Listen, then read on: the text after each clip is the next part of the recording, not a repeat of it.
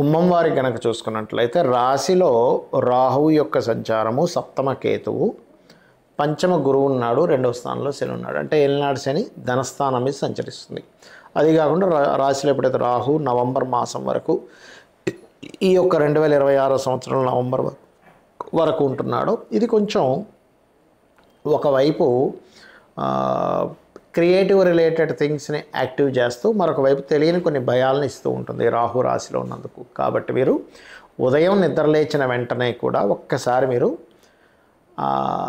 దుర్గానామాన్ని ఎక్కువగా స్మరించండి. గుర్తుపెట్టుకోండి, ఎంత మీరు దుర్గానామాన్ని స్మరిస్తూ ఉంటే అంత బాగుంటుంది.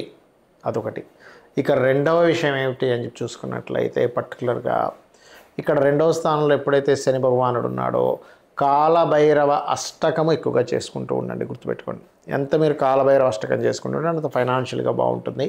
మరియు కాస్త రెగ్యులర్గా ఆంజనేయ స్వామి ఆలయాలకు వెళ్ళడం, ఎందుకంటే ఇదంతా కూడా ఏలినాడు శని యొక్క ప్రభావం ధనస్థానం మీద పడకుండా ఫైనాన్షియల్గా బాగా ఉంటారు మీరు. అలాగే పంచమ గురువు ఎప్పుడు కూడా ఏంటంటే మీకు అక్కడ ఉన్నప్పుడు గురువు కొంచెం అంటే శుక్ర రాశులకు తర్వాత రాశుల్లో ఉన్నందుకు మీరు ఏదైతే గృహం కోసం ప్రయత్నం చేస్తుంటారో గృహయోగము, వాహన యోగాన్ని ఖచ్చితంగా ఇస్తాడు ఈ సంవత్సరం.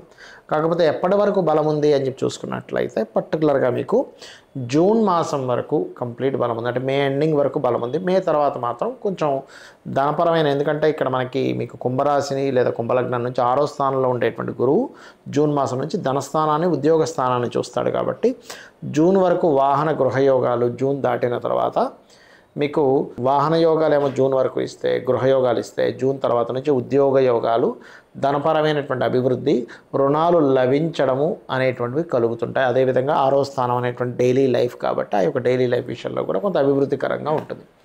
అయితే ఇక్కడ లగ్నరాహు సప్తమ కేతు ఉన్నందుకు మాత్రం నవంబర్ మాసం వరకు మీరు ఏదైనా వ్యాపారం చేస్తున్నట్లయితే పార్ట్నర్షిప్ తీసుకునే విషయంలో కానివ్వండి, లేదా మరొక విషయం ఏంటంటే ఇక్కడ దీంతో పాటు మీరు వివాహ సంబంధించినటువంటి విషయాల్లో గుర్తుపెట్టుకోండి, వివాహ సంబంధించినటువంటి అంశాలలో మీరు ఎవరైతే ఈ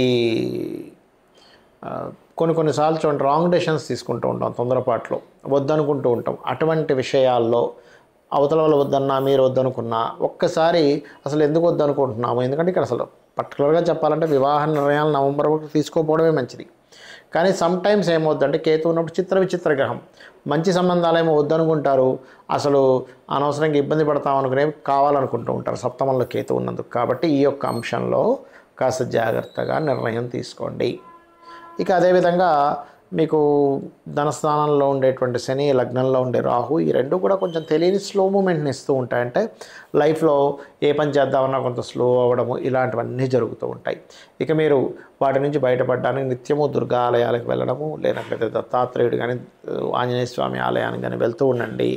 అన్ని విధాలా మీకు బాగుంటుంది. కెరీర్ పరంగా కూడా మీకు జూన్ మాసం నుంచి అభివృద్ధికరమైనటువంటి వాతావరణం మీకు ఏర్పడుతుంది.